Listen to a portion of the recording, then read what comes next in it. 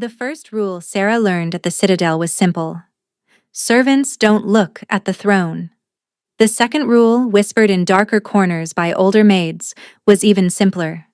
Servants definitely don't touch it. Sarah had followed both rules perfectly for 3 months. 3 months of scrubbing marble floors, polishing silver, keeping her gaze down whenever Alpha King Kale Nightshard walked past. 3 months of invisible service in the most dangerous court in the 5 territories. Until today. Move faster, girl! Matron Gel's voice cracked across the throne room. The king returns within the hour. Sarah's knees ached from kneeling on cold stone since dawn. Her hands, raw from lye soap, trembled as she wrung out her cloth. Around her, a dozen servants scrambled to complete tasks, the air thick with beeswax and fear. The throne room was designed to intimidate. Vaulted ceilings disappeared into shadows. Pillars carved with hunting wolves lined the hall. And at the far end, elevated on black obsidian, sat the throne itself. Even empty, it commanded attention. Carved from midnight stone that absorbed light, silver veins ran through its surface like frozen lightning. The armrests were shaped like snarling wolf heads, empty eye sockets that nonetheless seemed to watch.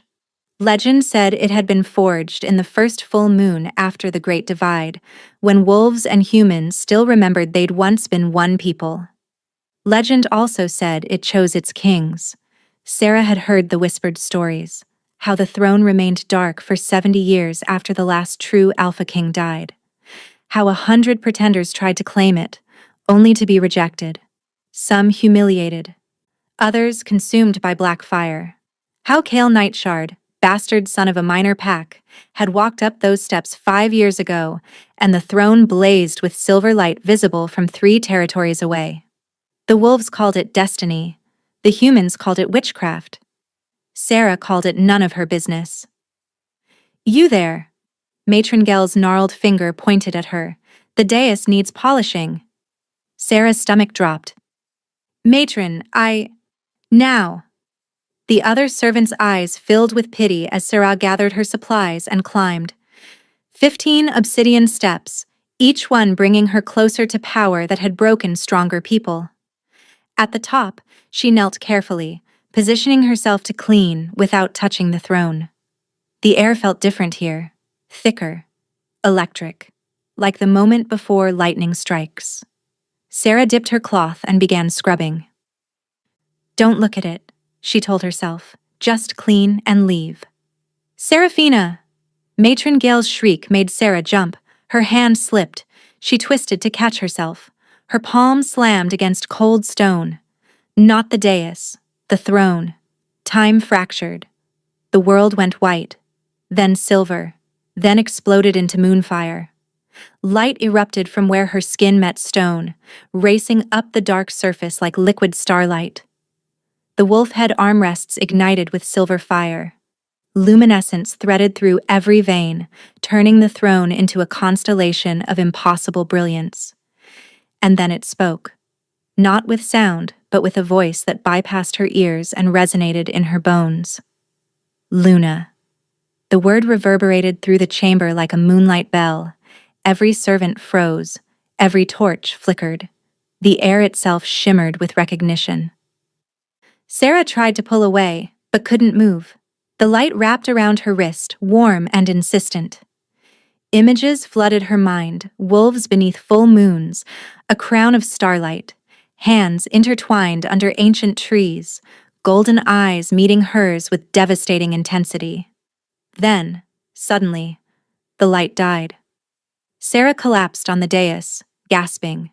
Her palm burned where it had touched stone, and when she looked down, she saw a mark.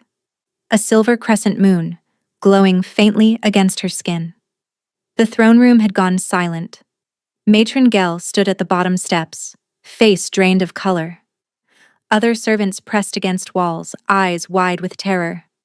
No one moved. No one breathed. What have you done? Matron Gel whispered. Sarah stared at her marked palm. The throne had lit up. It had called her Luna, the word for an alpha's mate for a queen. I didn't mean to, Sarah said, voice breaking. I slipped. The throne recognized her, a young servant breathed. Recognized a human. Impossible, Matron Gell snapped, but fear bled through. She's nobody. This is some trick. The massive doors slammed open.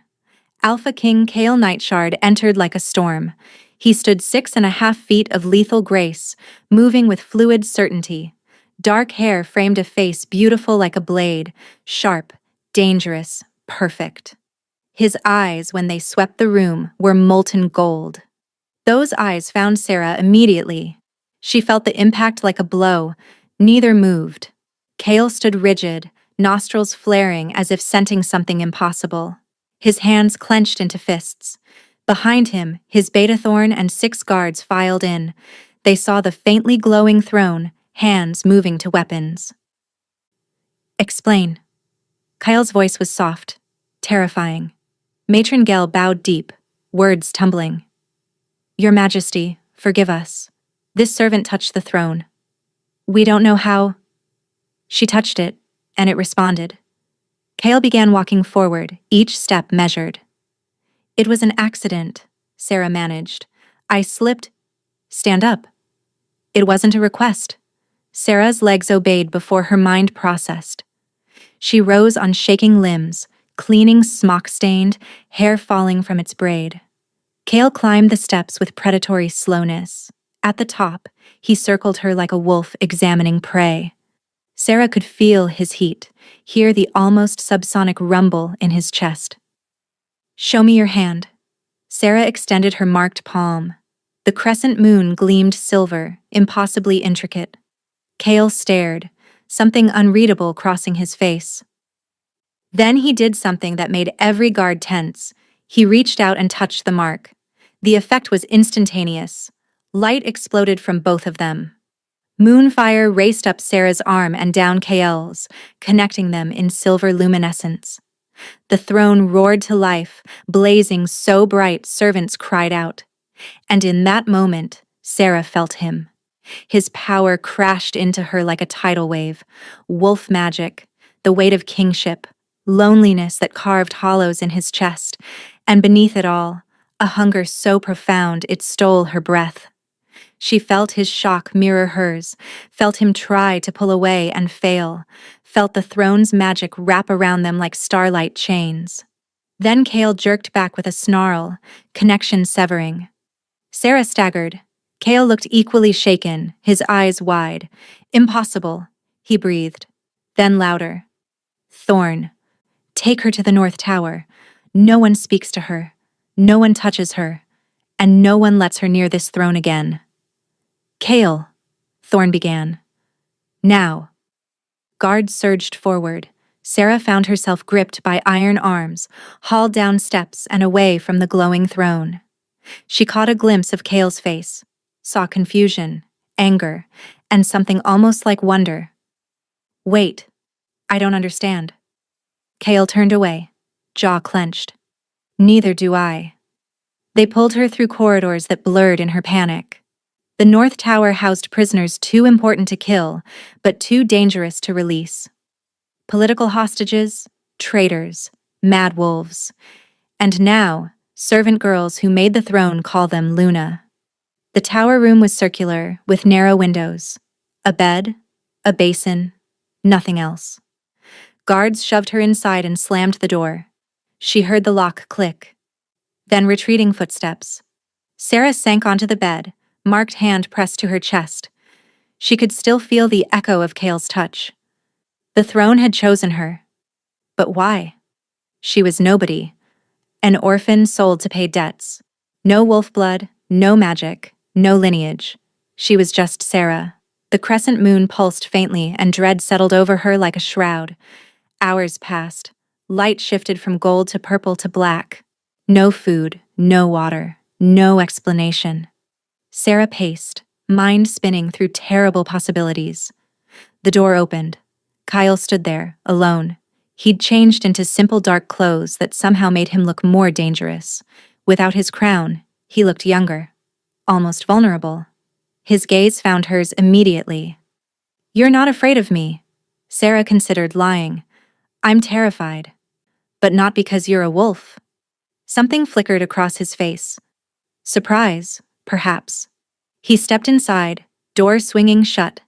In the enclosed space, his presence overwhelmed. He smelled like pine forests and winter storms. Do you know what the throne is? Kale asked. A relic from before the divide. More than that, it's a conduit to the old magic. He stared out the window. The throne doesn't just choose kings, it chooses pairs. Alpha and Luna. Two halves of one whole. Sarah's breath caught. That's not possible, I can't be— You think I want this? His voice sharpened. Some human servant marked as my mate by magic I can't control? The word mate hung between them like a blade. Then reject me. Send me away. I can't. The admission cost him. I tried. The moment you left, I commanded the throne to release you. It went dark. Completely dark. Every wolf in the citadel felt the throne reject its king. He moved closer. If word spreads, every rival pack will see weakness. They'll come for my crown. They'll tear this kingdom apart. So I'm trapped because of magic I never wanted. We're both trapped. He stopped close enough that she could see amber flecks in his eyes. But there's something else. The mark isn't complete. What do you mean? A true Luna mark comes in two parts. The throne gives potential. The alpha gives acceptance through a claiming bite. Until I claim you, you're vulnerable. The mark makes you visible to every wolf. Some will see you as a threat. Others as a prize. If another alpha claims you first— He didn't finish. What happens to you?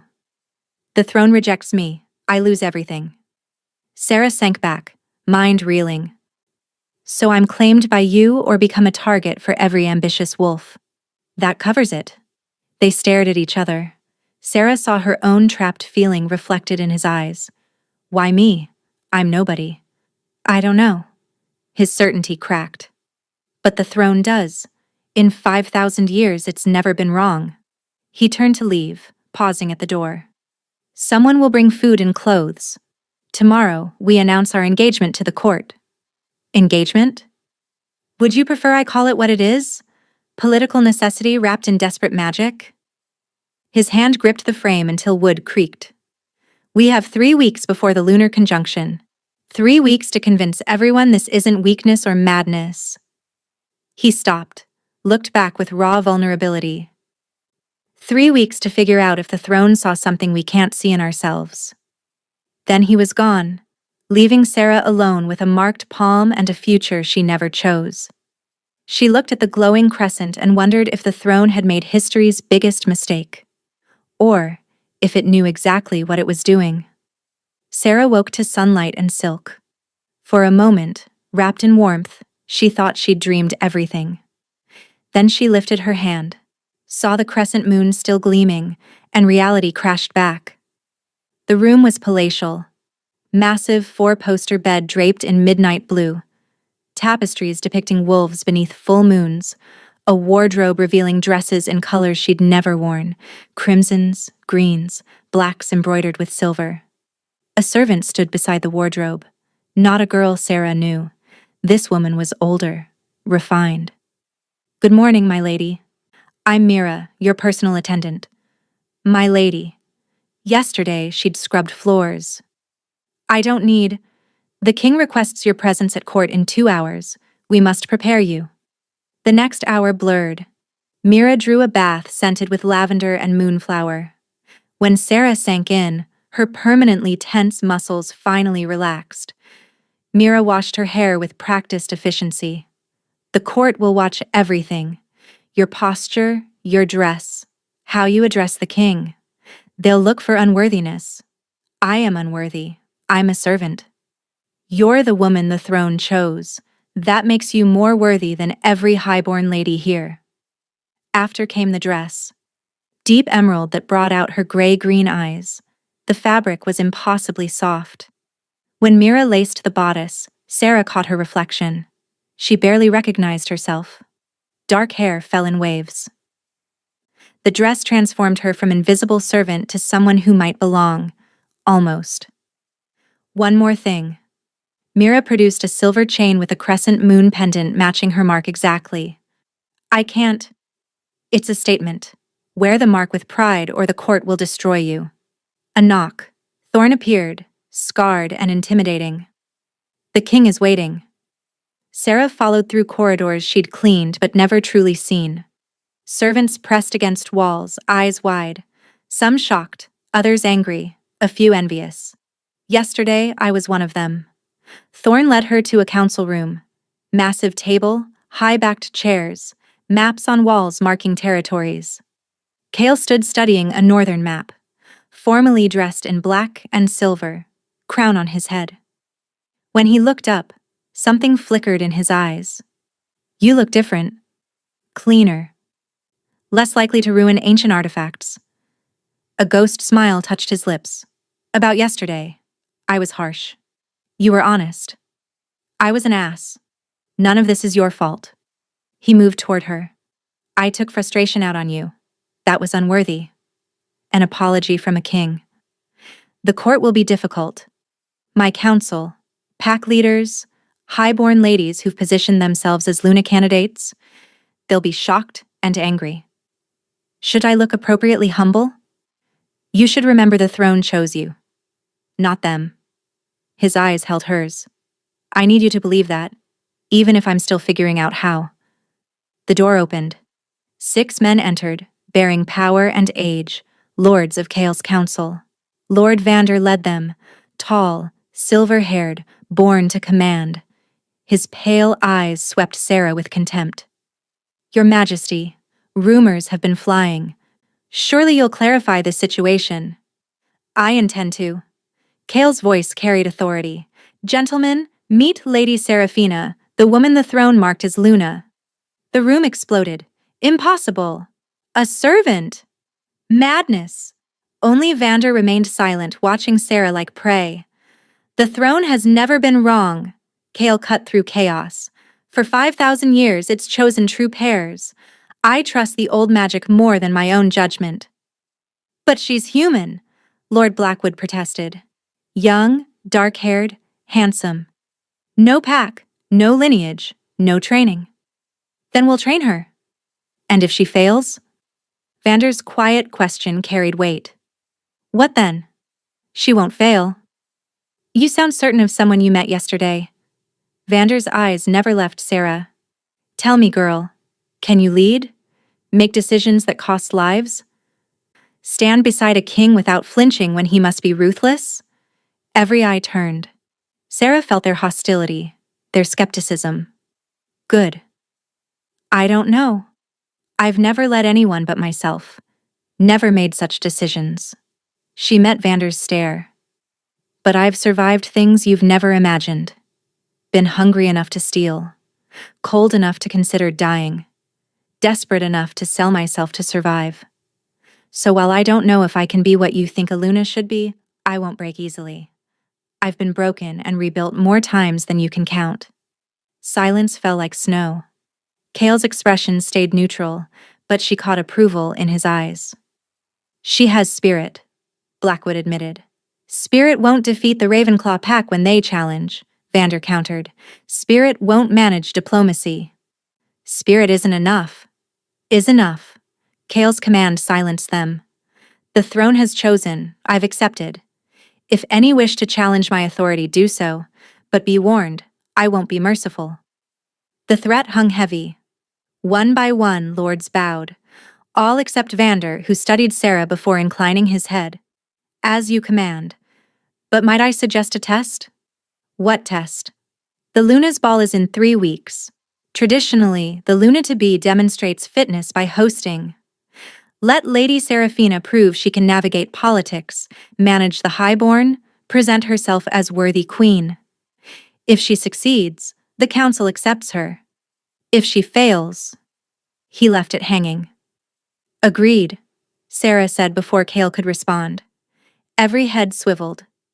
I'll host your ball and prove I belong, or fail publicly and save everyone the pretense.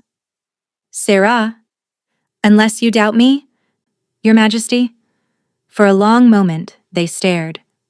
Sarah saw calculation, reassessment. Then something like respect. Very well. Lady Seraphina will host the Luna's ball. Council dismissed. Lords filed out, Vander lingering with a look promising complications. When the door closed, Sarah's knees nearly buckled. Either very brave or very stupid. Probably both. She collapsed into a chair. What have I agreed to? 3 weeks to learn everything a Luna should know. Etiquette, politics, alliances. While every highborn lady watches, hoping you'll fail. No pressure. Sarah. He crouched so their eyes were level. You don't have to prove anything to them. Yes, I do. Not for them. For me. I spent my life being told I was nobody, worth nothing. The throne says differently. Maybe it's wrong. But I need to know I tried. Kyle studied her face. That strange connection flickered again. You're going to be trouble. Is that a problem? Probably. But he was almost smiling. Come, we have a court to face. The throne room was packed. Every lord, lady, pack representative crowded to witness. Sarah walked beside Kale through a corridor of stairs, feeling hundreds of eyes weighing her worth. The throne blazed as they approached. Gasps rippled through the crowd. Whatever magic lived in that seat recognized them both. Kale led her up obsidian steps to stand beside the throne. From here, the crowd looked enormous, faces ranging from curious to hostile. People of the 5 territories, Kale's voice carried. 3 days ago, the throne spoke. It has chosen a Luna, as it chose me 5 years past. I present Lady Seraphina, marked by the old magic, claimed by destiny. He raised her marked hand high. The crescent moon glowed brilliant silver, visible to everyone. The crowd erupted. Some cheered, common folk excited by the romantic impossibility. Others stayed silent, expressions dark. In the front row, Sarah noticed a woman watching with particular intensity. Beautiful in a sharp, dangerous way. Dark hair, darker eyes, wearing crimson like war paint. When their eyes met, the woman smiled without warmth. Who is that? Sarah whispered. Kale's jaw tightened. Lady Isadora Bloodmoon. She's been pursuing the Luna position for 3 years. She looks thrilled. She's going to make your life hell, starting at the ball. Sarah watched Isadora whisper to another woman, both laughing. A chill ran down her spine. Then I'll survive hell. Kale glanced at her. Admiration flickering. You might actually pull this off. I have to, because I suspect the throne knows something we don't. Like what? She met his gaze. Like maybe we're stronger together than apart. The throne pulsed with light, as if agreeing. The first lesson nearly killed her. Not literally, though Sarah wasn't sure when Lady Cordelia Silverpaw made her balance a book while reciting all 37 major pacts. Again, and don't slouch. A Luna's posture must be impeccable. Sarah gritted her teeth. The Ravenclaw pack, descended from wolf brother Kalen, led by Alpha Magnus. The book tumbled for the 15th time. Unacceptable. 3 weeks until the ball.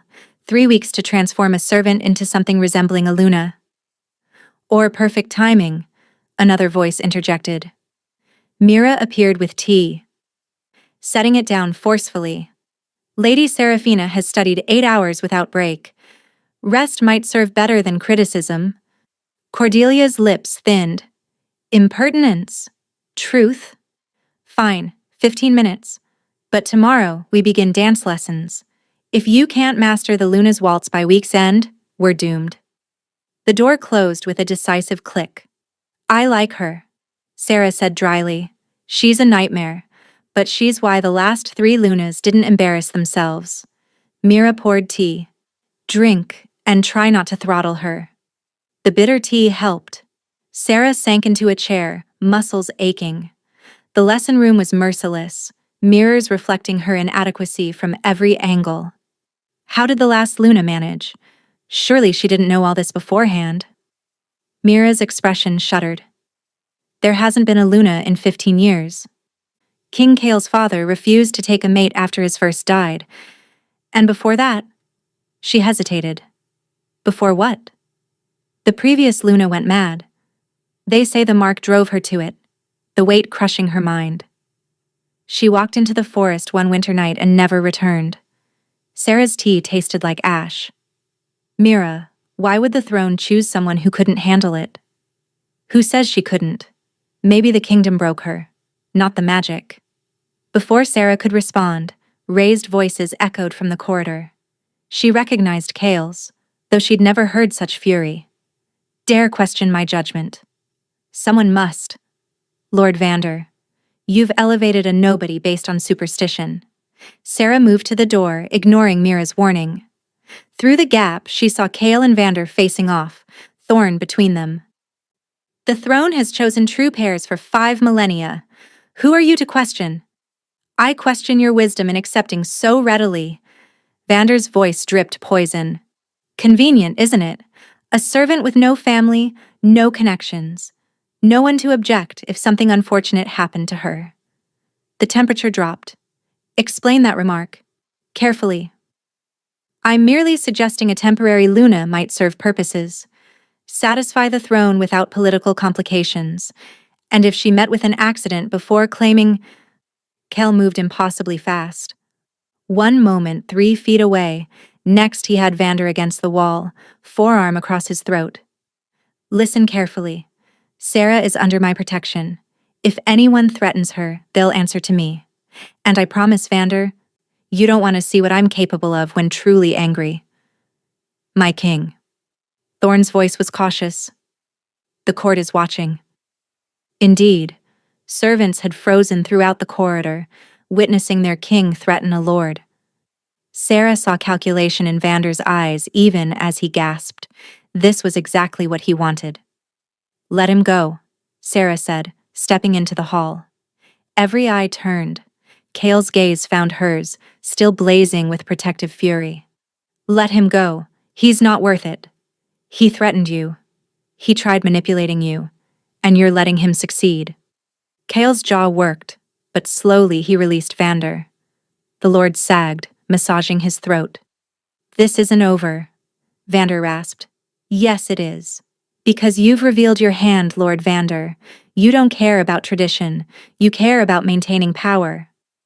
And you see me as a threat. Sarah smiled coldly. Then you have nothing to fear at the ball, unless I prove more than temporary. Vander's eyes narrowed. Without another word, he stalked away. Courtiers scattered. Kyle stared at her. You shouldn't have interfered. You were about to start civil war over an insult. That wasn't just an insult. He threatened your life. And you defended me, very publicly, very violently. She touched his arm, feeling tension vibrate through him. Thank you. But I need you to trust I can handle snakes like Vander without you tearing the court apart. I don't need to trust you. I need to protect you. Those aren't mutually exclusive. I'm not fragile. I've survived worse than veiled threats. His expression shifted, something softening. I'm beginning to see that. Your Majesty. Thorn cleared his throat. Evening patrol reports need review. Right. Kale straightened. King reasserting overprotective wolf. Sarah, we need to talk tonight. There are things about the claiming you should understand. More things? How many surprises can one throne contain? You'd be surprised. He almost smiled. Meet me in the library after dinner. Bring questions. I'll try answering honestly. He left with Thorn, and Sarah sagged against the wall. Well, Mira said, that was educational. Which part? Death threats or near strangulation? The part where you stepped between an alpha king and his rage. That took courage or stupidity. It's a fine line. The library occupied an entire tower, 5 levels of books smelling of leather and time. Sarah arrived after dinner to find it lit by floating orbs, magic she was still adjusting to seeing. Kale stood by a massive window back to her. He'd changed to simple dark clothes that made him look more dangerous, not less. Come in, close the door. This requires privacy. Sarah complied, heart beating faster. The library felt intimate despite its size. You wanted to talk? Kale turned, and vulnerability in his face made her breath catch. I need to tell you about the claiming, what it means, what it requires. You need informed choice before the ball, because once we begin, there's no going back. Sarah moved closer. I know about the claiming bite, that it completes the mark. It's more than a bite. The claiming is intimate. It requires closeness, vulnerability, surrender from both parties. The magic won't accept less than absolute willingness. Heat crept up Sarah's neck. Intimate how? The claiming must happen during heightened emotion, traditionally, during, well, you're clever. You're saying we have to. She couldn't finish. Not necessarily. But the bond requires intense connection to seal properly. It can't be forced or faked. The magic would know. He met her eyes. And that's what you need to understand. If we do this, if I claim you as tradition demands, it's not theater. It's magic that binds us for life. We'll feel each other's emotions, sense each other's pain, be connected in ways most married couples never experience. There will be no walls between us. That sounds overwhelming. It is. I've seen claimed pairs move around each other like two parts of one being. It's beautiful. It's also suffocating if you're not ready. Are you ready? I don't know. I've been alone a long time, built walls so high I'm not sure how to lower them. The idea of someone in my head, in my heart? He trailed off. But the throne thinks you're my match. And I'm starting to wonder if it knows something I don't. If maybe what I think is strength, those walls, that isolation, is actually weakness it's trying to correct. Sarah studied him in the golden light. Powerful, dangerous man who looked lost, admitting vulnerability. What if we're terrible for each other? What if the throne made a mistake? Then we'll be magnificently terrible together. Kale crossed to her. But I don't think that's happening. Why not? Because you stepped between me and my rage. Because you challenged lords who wanted to dismiss you. Because you agreed to host a ball that could destroy you just to prove worthiness. He stopped close enough she could feel his warmth. Because when I look at you, I see fire wrapped in determination, and I think maybe that's exactly what this kingdom needs. What I need. Sarah's breath caught. That's quite a speech from someone who called me an inconvenient complication. I'm allowed to change my mind. His hand came up, hesitating. May I? She nodded. Kale's fingers brushed her cheek. The touch sent sparks racing across her skin, and she heard his sharp intake of breath. The throne's magic. It recognizes when we touch. Tries to pull us closer. Is that what this is? Just magic? I don't know. But I'd like to find out. If you're willing. Before Sarah could respond, the library door burst open. Thorne stood there, grim. Kale. Problem. Kale stepped back, King reasserting. What kind? The Ravenclaw pack sent an envoy. They're demanding an audience about the Luna situation. Of course they are. Kale's voice turned cold. Magnus never could resist challenging me. Who's Magnus? Alpha of the Ravenclaw pack. Most powerful pack in the North. My primary rival. He's been looking for excuses to challenge my authority for years. A human Luna probably seems perfect. What does he want? To meet you. Evaluate whether you're worthy. Find some way to undermine our bond before it's complete. Kale turned to Thorne. When? Tomorrow, midday. He's already here, camped outside with 50 warriors. 50. Subtle as always. Tell him I'll receive him in the throne room. Full court. I want witnesses. Kale. Thorne's voice carried warning. Magnus isn't here to talk. He's here to provoke. If you give him an opening, then I won't. His eyes burned gold. But I won't hide my Luna behind walls. If Magnus wants to meet her, he'll meet her with the throne blazing proof she belongs at my side. I should be there, Sarah said. Both men turned. If this is about me, I should face him. Absolutely not. Magnus is dangerous. He'll say anything to provoke, to find weakness.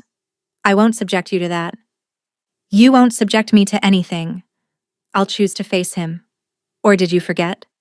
I'm supposed to prove I can handle politics and alliances. Seems like a perfect opportunity.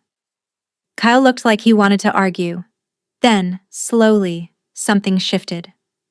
Pride, perhaps. Or trust beginning. Fine, but stay close. And if he says anything uncomfortable, I'll handle it. Unless you don't think I can? I think you're about to surprise everyone, including Magnus. Especially me. The next morning, Sarah stood before her mirror, while Mira wove silver through dark strands. You're sure? Magnus Ravenclaw is not kind. Neither am I. Not when I need to be. Good, you'll need that. A knock. This time, Lady Isadora Bloodmoon stood in crimson silk and cold ambition. Lady Seraphina, how lovely to chat. Lady Bloodmoon, to what do I owe this? I wanted to offer advice, woman to woman, about Magnus. I'm listening. He's going to try humiliating you, to prove Kale made a mistake. Isadora's smile was poisonous. And between us, he's probably right. You're out of your depth.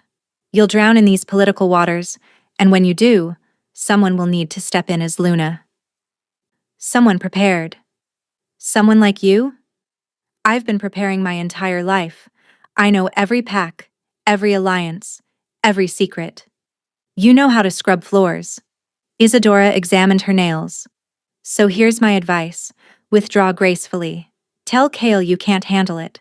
Save yourself public embarrassment. That's your advice? It's mercy, more than you'll get from Magnus. Sarah stood, moving close enough that Isadora had to look down. Thank you for your concern. But I think I'll stay. See, I've spent my life being underestimated, and I've learned that people who assume I'll break usually shatter when I push back. Isadora's eyes narrowed. You're making a mistake. Maybe, but it's my mistake to make.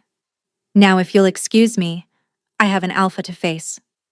For a moment, fury flashed across Isadora's face.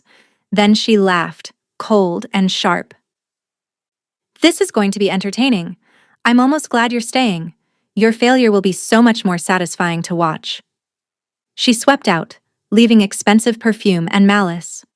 Well, Mira said, you've made a powerful enemy. Good. I was worried I wasn't making an impression. But her hands trembled as Mira finished, and as midday approached, Sarah felt the weight settle over her. She was about to face an alpha who wanted her gone, in a court that doubted her, beside a king she barely knew. The throne's mark pulsed on her palm. I hope you know what you're doing, she whispered. The light flared in response, and impossibly, Sarah felt reassurance settle in her bones. Sarah straightened her shoulders, touched the silver crescent at her throat, and went to face her test. The next morning, the throne room had never felt more like a battlefield. Sarah entered beside Kale at midday precisely. Her hand rested on his offered arm, and the contact sent familiar sparks through her, the throne's magic recognizing their proximity. Every step toward the dais felt heavy, watched by hundreds of eyes. The throne blazed as they approached, silver moonfire cascading up obsidian stone.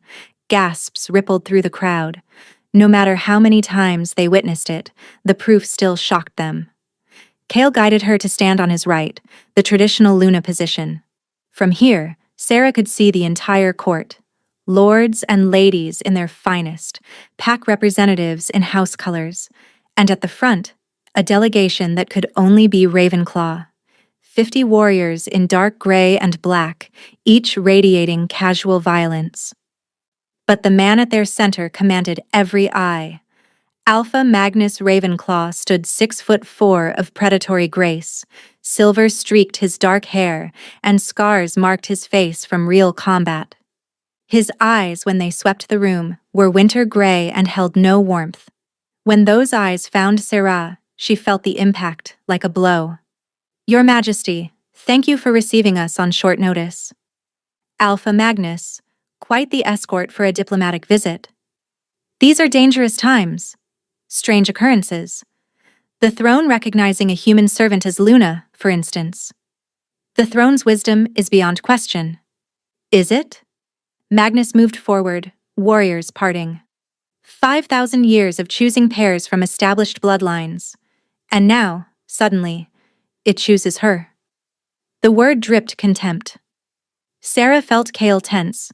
She squeezed his arm gently. Let me handle this. Alpha Magnus, you've traveled far to question the throne's choice. I'm right here. Ask your questions directly. Magnus's eyes narrowed with something like respect. Very well. Tell me, girl, what do you know of pack politics? Less than I should. But I'm learning. The Blood Moon Accords of 1847? A treaty establishing hunting territories between Ravenclaw and Silverpaw territories, signed after the Winter War. Magnus's eyebrow raised. The Luna's traditional role in mediation? To serve as neutral arbiter in interpack disputes, using the throne's authority to enforce peaceful resolution before violence. Impressive. Someone's teaching you well, but knowing facts isn't the same as having strength to enforce them. Tell me, when two alphas refuse mediation and choose combat, what does a Luna do? The question hung in the air. Every eye watched. A Luna first ensures all peaceful options are exhausted. If combat is inevitable, she witnesses to ensure honor is maintained and recognizes the victor's claim, lending the throne's authority so the losing pack accepts defeat without prolonged conflict. And if the fight is to the death? Then she mourns the loss and works to prevent the next one.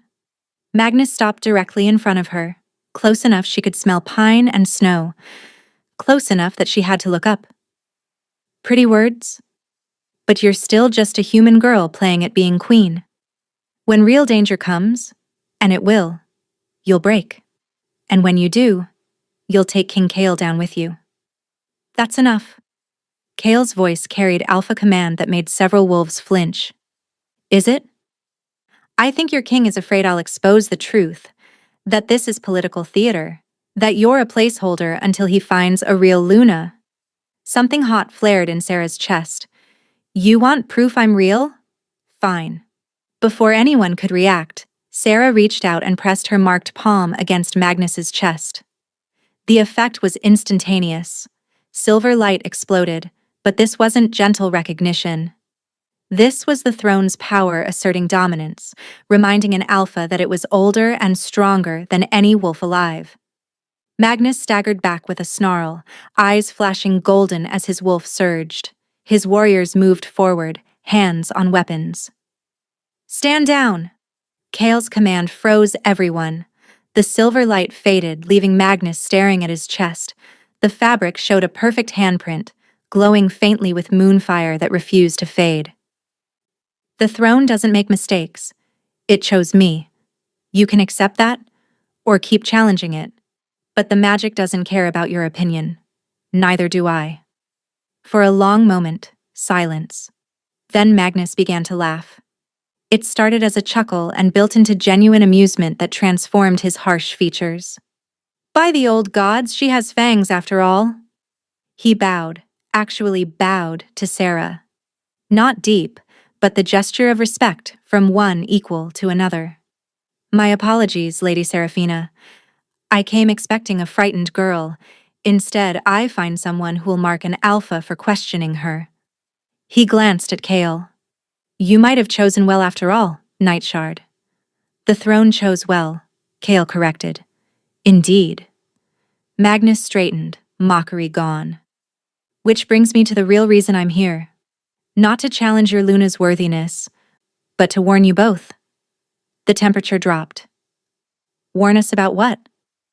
There are forces moving in the 5 territories that want chaos, that see the throne's choice of a human Luna as perfect opportunity to destabilize your rule.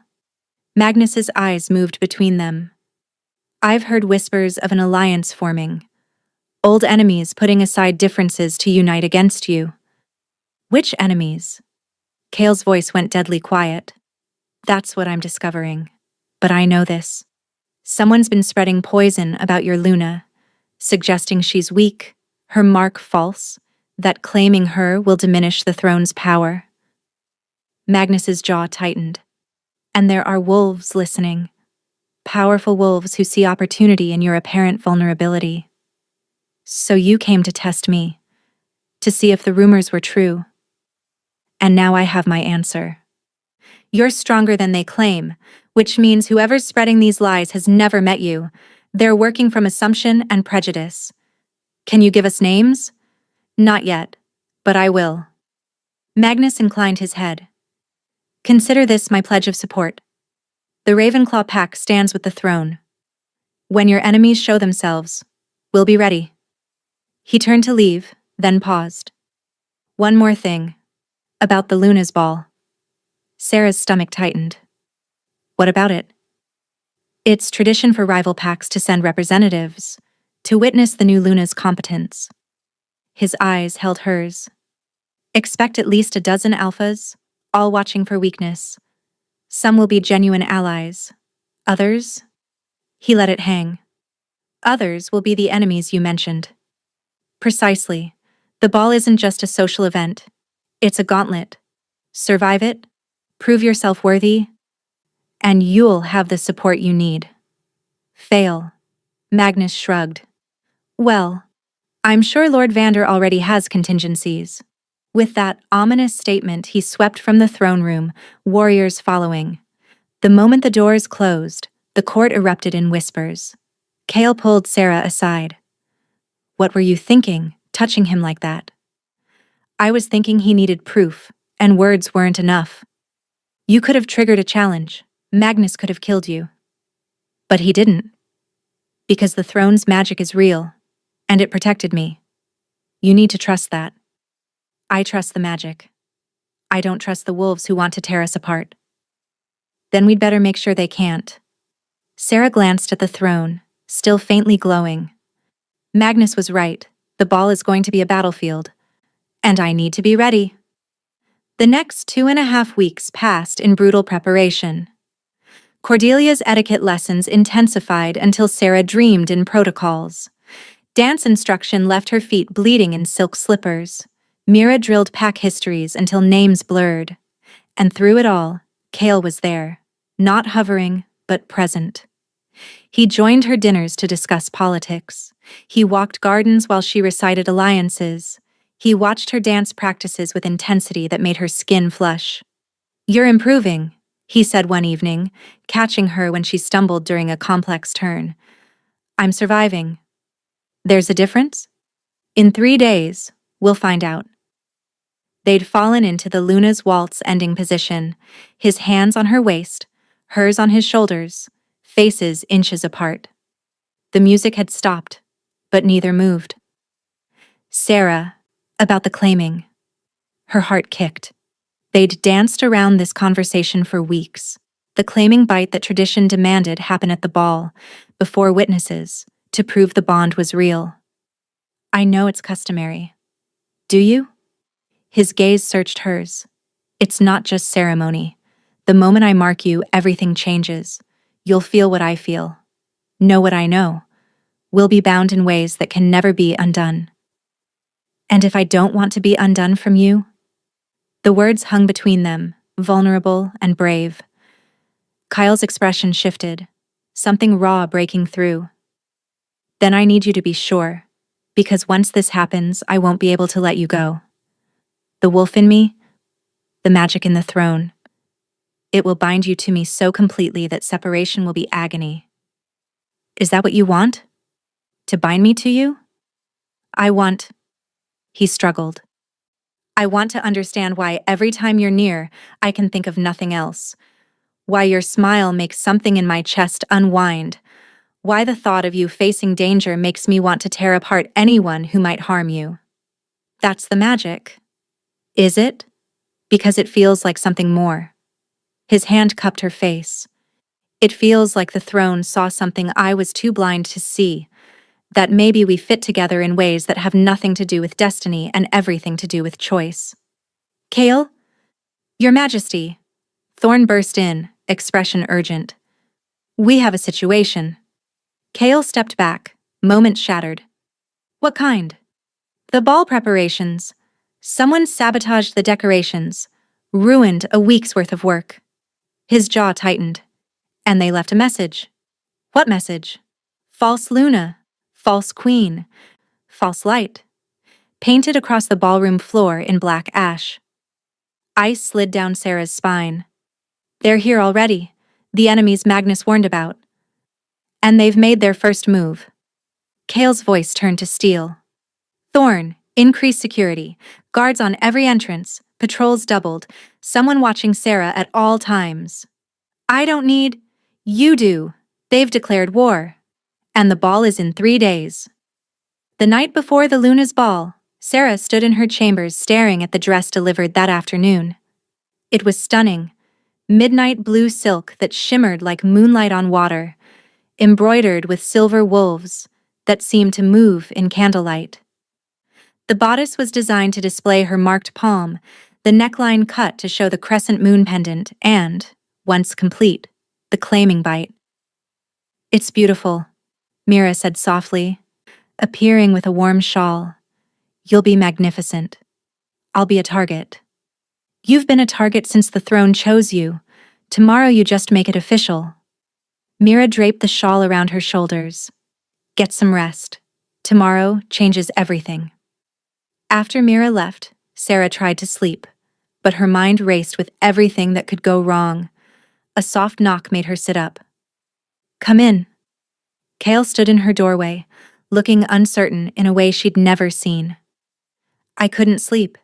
Kept thinking about tomorrow, about everything that could go wrong. Me too. Can I? He gestured to the chair by her window. Would you mind company? Sarah nodded, suddenly grateful not to be alone. Kyle settled into the chair, moonlight painting silver in his hair. For a long moment, neither spoke. I'm terrified, Sarah finally admitted. Not of the ball itself, but of failing you. Of proving everyone right. That I'm not strong enough. Not worthy enough. You're the strongest person I know. You've survived things that would break most wolves. You've faced lords and alphas with courage I've rarely seen. You've claimed your place through sheer determination. But what if that's not enough? Sarah. He moved to kneel beside her bed, taking her marked hand. The touch sent silver light dancing across their skin. The throne chose you. I'm choosing you. Whatever happens tomorrow, we face it together. Together. Together. Then softer. May I stay? Just until you sleep? I'll just sit here. I need to know you're safe tonight. The vulnerability in his request undid something in her walls. Yes. Stay. Kyle returned to his chair, settling in like a guardian. And with him watching over her, Sarah finally felt her eyes grow heavy. Kale? Thank you. For choosing me back. She didn't hear his response, already sliding into dreams, but she felt the warmth of his regard, steady as moonlight. Tomorrow would bring challenges, enemies, tests she might fail. But tonight, she wasn't alone. And that made all the difference. The ballroom had been transformed into something from a dream. Thousands of candles illuminated crystal chandeliers. Walls draped in midnight blue and silver displayed wolves embroidered in thread that caught light and seemed to move. The musicians' gallery overlooked a dance floor large enough for 300 guests, and every single one had come to watch Sarah fail. She stood in the antechamber, staring at her reflection. The midnight blue dress fit perfectly. Her dark hair swept up in an elaborate style, woven with silver chains. The crescent moon pendant rested against her throat like a brand. She looked like a Luna. She felt like an imposter. Breathe, Mira instructed, adjusting the train.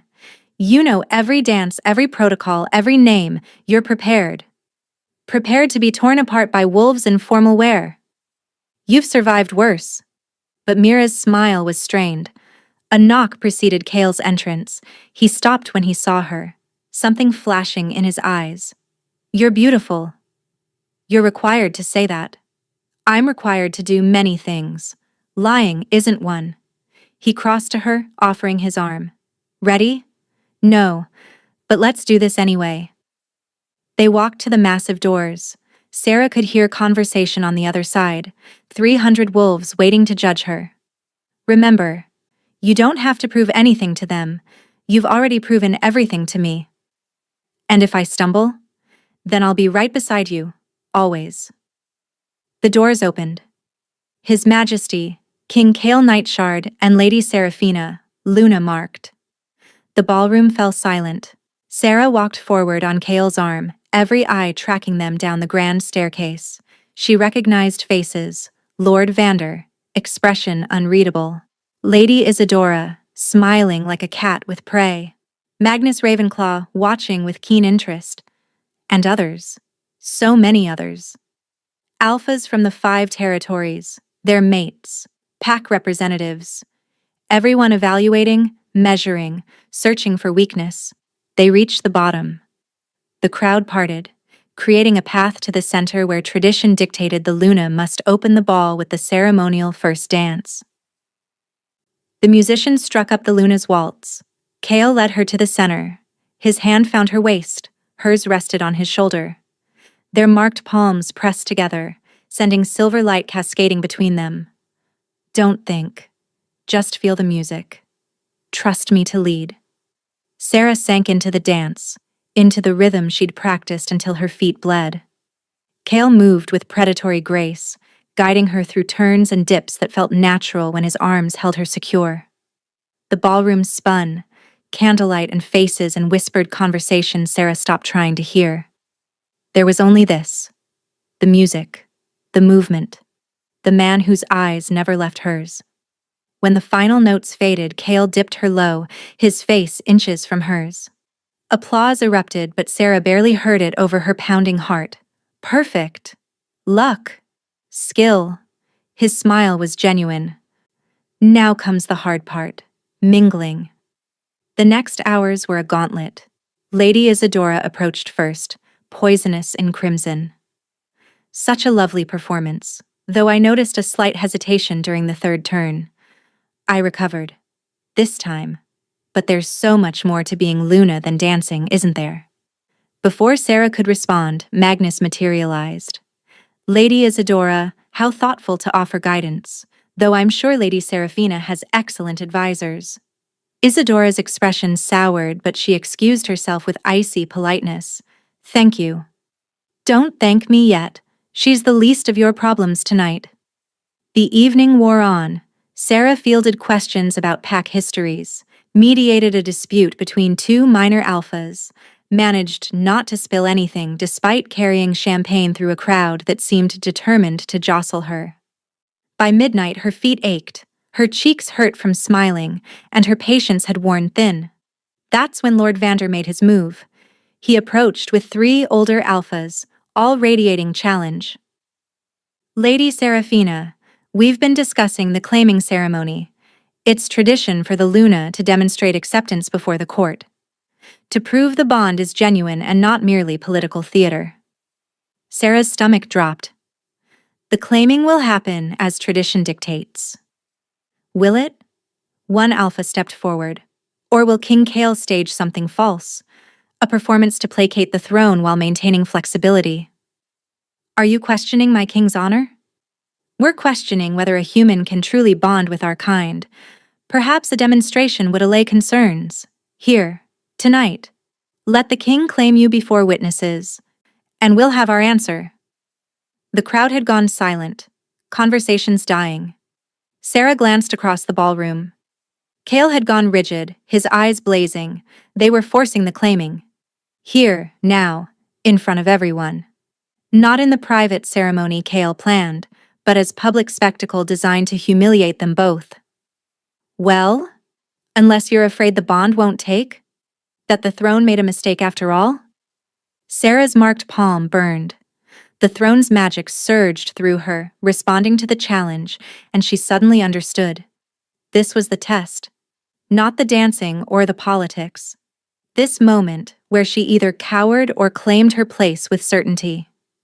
She looked Vander in the eye and smiled. You want proof?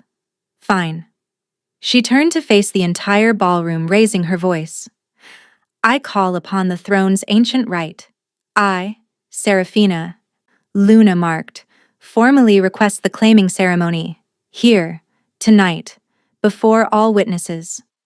Gasps rippled through the crowd. Even Vander looked shocked. Instead of refusing, she'd called his bluff and raised the stakes. Kale pushed through the crowd. When he reached her, he leaned close. You don't have to do this. Not like this. Not because they're forcing your hand. I'm not doing it because they forced me. I'm doing it because I'm ready. Are you? For a heartbeat, uncertainty flickered. Then something shifted. Acceptance, desire, determination. Yes, I am. He took her hand, raised it high so everyone could see the crescent moon glowing silver. By the throne's ancient right, I accept my Luna's call. Let the claiming ceremony begin. The ballroom erupted in whispers, but Sarah heard none of it. Her world had narrowed to Kale's eyes and the pounding of her heart and the knowledge that everything was about to change. The ceremony was older than kingdoms. At Kale's command, servants cleared the center. The crowd pressed back, forming a circle of witnesses. Someone dimmed the candles until only moonlight through massive windows illuminated the space. Kyle led Sarah to the center. In silvery light, his face looked carved from marble, beautiful and terrible. Last chance.